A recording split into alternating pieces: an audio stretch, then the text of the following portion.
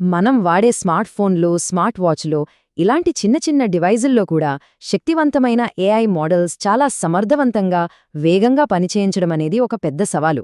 ఈ రోజు మనం హార్డ్వేర్ అవేర్ ట్రాన్స్ఫార్మర్స్ అనే ఒక అద్భుతమైన టెక్నాలజీని ఉపయోగించి ఈ సమస్యను ఎలా అధిగమించవచ్చో వివరంగా చర్చిద్దాం. మనలో చాలామందికి ఈ అనుభవం ఉండే ఉంటుంది కదా. ఏదైనా యాప్లో ఒక ఏఐ ఫీచర్ను వాడినప్పుడు అది స్పందించడానికి ఎందుకంత సమయం తీసుకుంటుందని ఎప్పుడైనా ఆలోచించారా? ఈ ఆలస్యం వెనుక ఉన్న అసలు కారణం ఏమై ఉంటుంది? 20 సెకన్లు. అవును, మీరు విన్నది కరెక్టే. ఒక సాధారణ శక్తివంతమైన ఏఐ మోడల్ ఒక చిన్న డివైజ్లో ఒక చిన్న వాక్యాన్ని అనువదించడానికి పట్టే సమయమిది. ఒక్క వాక్యం కోసం 20 సెకన్ల పాటు ఆగాలంటే ఎంత చిరాకుగా ఉంటుందో ఊహించుకోండి. అంటే ఏఐ టెక్నాలజీ ఎంత పవర్ఫుల్ అయినా సరే అది వేగంగా లేకపోతే దానివల్ల పెద్దగా ఉపయోగం ఉండదు. యూజర్ ఎక్స్పీరియన్స్ని ఇది పూర్తిగా దెబ్బతీస్తుంది. సరే, మరి ఈ సమస్యను ఎలా పరిష్కరించవచ్చో స్టెప్ బై స్టెప్ చూద్దాం. ముందుగా ఏఐ స్పీడ్కి అడ్డుపడే అంశాలేంటో అర్థం చేసుకుందాం. తర్వాత హార్డ్వేర్ అవేర్ ట్రాన్స్ఫార్మర్స్ అంటే హెచ్ఏటి అనే ఒక శక్తివంతమైన పరిష్కారం గురించి తెలుసుకుందాం. మొదటి సెక్షన్ ముఖ్యమైన దాన్ని కొలవడం. ఏఐ స్పీడ్ని కొలిచే విషయంలో చాలామంది ఒక పెద్ద పొరపాటు చేస్తూ ఉంటారు. అదేంటో ఇప్పుడు చూద్దాం. చాలా కాలంగా ఒక ఏఐ మోడల్ ఎంత పవర్ఫుల్ అనేది ఎఫ్ఎల్ఓపిఎస్లో కొలుస్తున్నారు, అంటే floating point operations per second. ఇది కేవలం ఆ మోడల్ సెకనుకు ఎన్ని లెక్కలు చేయగలదో చెప్పే ఒక థియోరెటికల్ నంబర్. కాని నిజ జీవితంలో మనకు కావలసింది లెక్కలు కాదు, వేగం, అంటే లేటెన్సీ. ఒక ప్రశ్న అడిగితే సమాధానం రావడానికి ఎంత సమయం పడుతుంది, అదే మనకు ముఖ్యం. రీసెర్చ్లో తేలిందేంటంటే ఈ ఎఫ్ఎల్ఓపిఎస్ అనేది నిజమైన వేగానికి అస్సలు గ్యారంటీ ఇవ్వదు. ఎందుకంటే ప్రతి హార్డ్వేర్కి దానికంటూ కొన్ని ప్రత్యేకతలు, ప్రాధాన్యతలు ఉంటాయి. ఉదాహరణకు, ఒక పవర్ఫుల్ జీపీయూ 1000 కణాల కోర్స్తో ప్యారలల్గా పనిచేయగలదు, దానికి వెడల్పైన మోడల్స్ నప్పుతాయి. కానీ రాస్ప్బెర్రీ పై లాంటి చిన్న డివైస్కి చిన్నగా, మరింత ఎఫిషియెంట్గా ఉండే మోడల్స్ కావాలి. అందుకే కీలకమైన విషయం ఏంటంటే మనం థియరీలో లెక్కల మీద కాకుండా అసలు ఆ హార్డ్వేర్పై మోడల్ ఎంత వేగంగా రన్ అవుతుందనే దానిపై ఫోకస్ చేయాలి. స్వయంగా రీసెర్చర్సే చెప్పినట్లు ఫ్లాప్స్ అనేదే కేవలం ఒక అపోహ మాత్రమే. రెండో సెక్షన్ ఒక హార్డ్వేర్ అవేర్ పరిష్కారం. సరే, ఫ్లాప్స్ కరెక్ట్ కాదు, మరి అసలైన పరిష్కారం ఏంటి? ఇక్కడే మన హీరో హార్డ్వేర్ అవేర్ ట్రాన్స్ఫార్మర్స్ రంగప్రవేశం చేస్తాయి. హార్డ్వేర్ అవేర్ ట్రాన్స్ఫార్మర్స్ లేదా సింపుల్గా హ్యాట్ ఇదొక విప్లవాత్మకమైన పద్ధతి. ఇది ఎలా పనిచేస్తుందంటే ప్రతి హార్డ్వేర్కి సరిగ్గా సూట్ అయ్యేలా ఏఐ మోడల్స్ని తయారుచేస్తుంది. ఒక రకంగా చెప్పాలంటే హార్డ్వేర్తో మాట్లాడి నీకెలాంటి మోడల్ కావాలి అని అడిగి తెలుసుకుని దానికి తగ్గట్టుగా మోడల్ను డిజైన్ చేసినట్లు అన్నమాట. హ్యాట్ వెనుకున్న ఐడియా చాలా సింపుల్, కానీ చాలా చాలా శక్తివంతమైనది. ప్రతి హార్డ్వేర్ డిఫరెంట్గా ఉంటుంది, కాబట్టి ప్రతి హార్డ్వేర్కు ఒక special custom made AI model ఉండాలి. వన్ సైజ్ ఫిట్స్ ఆల్ అనేది ఇక్కడ వర్కౌట్ అవ్వదు.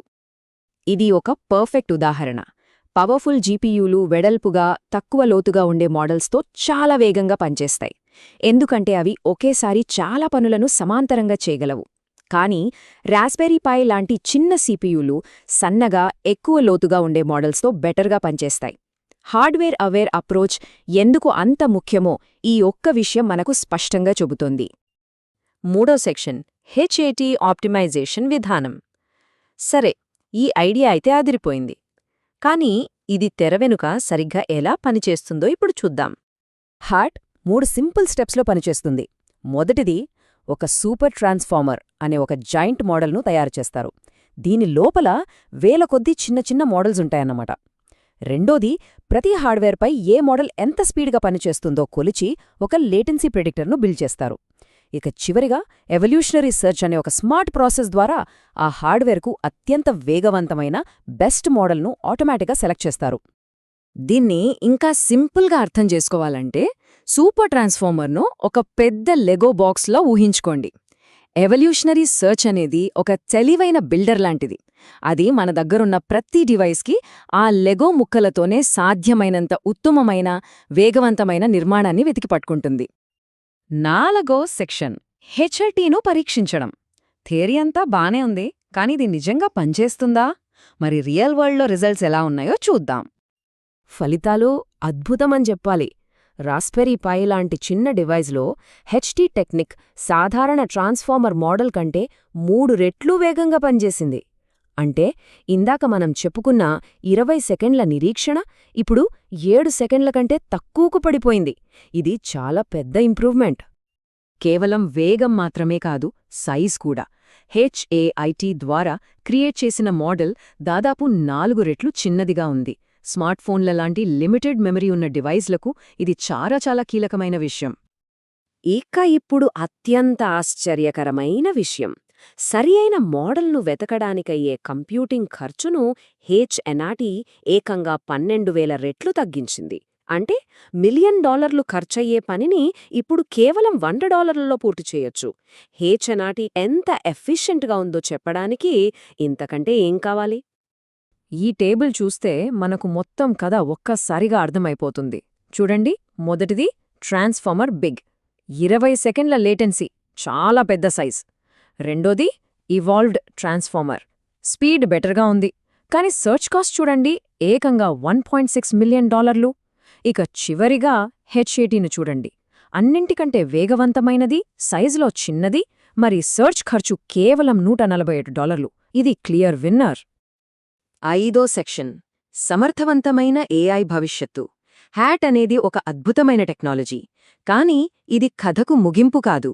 ఏఐ ఆప్టిమైజేషన్ అనే ఒక పెద్ద చిత్రంలో ఇది ఒక ముఖ్యమైన భాగం మాత్రమే.